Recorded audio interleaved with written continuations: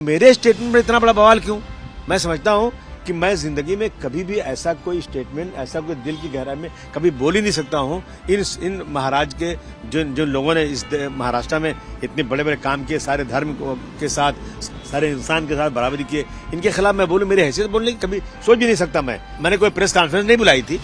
मेरे सामने प्रेस वाले निकलते ही लगा मुंह पे लगा दिया माइक, आप पूछने लग गए, तो मैंने इसके जवाब में इन जो है हिस्टोरिकल लोगों से मैंने जो सीखा था, जो पढ़ा था, वही मैंने बोल दिया। नहीं, वो तो सारे मुसलमानों को भगा जाना चाहते हैं। और उसके बाद आपने देखा कि कितने लोगों ने बोला मस्जिद में घुस के मारेंगे और मुसलमानों को 20 लाख मुसलमानों को मार दिया जाना चाहिए, इस देश को हिंदू राष्ट्र बना देना चाहिए। तो ये सारे स्टेटमेंट बहुत अच्छे हैं, इन पर कोई कार्रवाई नहीं होगी। और मैंने कोई हिस्टोरियन के स्टेटमेंट को दोहरा दिया तो मेरे पे इतनी बड़ी कार्रवाई होगी, मतलब क्या है इसका? कि मैं जब कल बाहर निकला असेंबली से पहले दिन, तो प्रेस वालों ने मुझे कहा कि आसाम के मुख्यमंत्री ने राहुल गांधी की तुलना जो है औरंगजेब से किया है। आपका क्या बोलना है? देखिए, मैं क्या जानूं कि औरंगजेब क्या थे, कैसे थे? जो हिस्टोरियन बोलेंगे वही तो मैं जानता हूं। मेरे पास Satish Chandra ji, Audrey Truschke, doctor Rajiv Dixit, doctor Ram Puniyani, Awadh Ojha, Meena Bhargav, ऐसे बहुत सारे हिस्टोरियन के बयान मैंने सुना है। और जिन्होंने ये सब बातें किया, औरंगजेब के बारे में बड़ी तारीफें की हैं, उन पर आज तक कोई बैंड नहीं लगा। उनकी बुक को भी बैंड नहीं किया गया, उन पर कोई केस भी आज तक फाइल नहीं हुआ। मैंने उसी बात को दोहरा दिया। मैं जिंदगी में कभी सोच भी नहीं सकता हूं कि मैं छत्रपति शिवाजी महाराज हों या छत्रपति संभाजी महाराज हों या डॉक्टर भीमराव अम्बेडकर हों या महात्मा ज्योतिबा फुले हों या राजश्री साहू महाराज हों, इन ऐसे लोगों के खिलाफ अपमानित बात मत करूं। लेकिन मैं जानता हूं प्रशांत कोरटकर एक हैं, राहुल शोलापुरकर हैं, इन्होंने क्या क्या स्टेटमेंट दिया, आप देख लीजिए किस तरह का दिया, उनको सिक्योरिटी मिली हुई है। तो मेरे स्टेटमेंट में इतना बड़ा बवाल क्यों? मैं समझता हूं कि मैं जिंदगी में कभी भी ऐसा कोई स्टेटमेंट, ऐसा कोई दिल की गहराई में कभी बोल ही नहीं सकता हूं।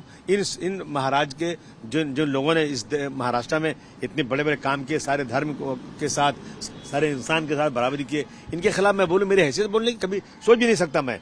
लेकिन अगर इसके बाद भी अगर किसी को ऐसा लगता है कि मैंने इस तरह की बातें बोली हैं और जिससे किसी को आहत हो रहा है, तो मैं अपने स्टेटमेंट को वापस लेता हूं। लेकिन मैं जानबूझकर, मैंने कोई नहीं, जब प्रेस वाले आगे सवाल 10 करते हैं उसमें बातें निकल जाती हैं। लेकिन मेरे स्टेटमेंट में इन जो है हिस्टोरिकल के स्टेटमेंट के ऊपर मैंने जो तारीफ किया है, लेकिन मैंने एक लफ्ज भी किसी महापुरुष के खिलाफ, संभाजी महाराज के खिलाफ या छत्रपति शिवाजी महाराज के खिलाफ कहीं नहीं बोला है। मैं बोल भी नहीं सकता हूं। और बहुत असेंबली में बहुत सारे काम है, बजट सेशन चल रहा है, और इस इशू पर असेंबली रोकना, मैं समझता हूं कि महाराष्ट्र की जनता के साथ नाइंसाफी होगी। इधर मैं अपने पूरे स्टेटमेंट को वापस लेता हूं और मैं चाहता हूं आज के बाद से ये बात खत्म हो जाए। आदित्य ठाकरे तो आपके ऊपर एफआईआर हुई है सर? नहीं, ठीक है, एफआईआर मेरे ऊपर हुई है, लेकिन ये जिन लोगों जिन हिस्टोरिकल की स्टेटमेंट पर मैंने स्टेटमेंट दिया, उन पे क्या हुआ आज तक? जो स्टेटमेंट इस तरह दे रहे हैं, बहुत सारे लोगों के स्टेटमेंट है, आप निकाल के देख लीजिए। एफआईआर मेरे ऊपर करने का मतलब, मैं एक अगर मुस्लिम कम्युनिटी का आदमी हूं, इस तरह मेरे साथ आप जो है अलग बर्ताव करोगे, और इन लोगों के ऊपर जिन्होंने इन महापुरुषों के खिलाफ खुल के बयान दिया, उन पे खिलाफ कुछ नहीं करोगे, तो मतलब क्या?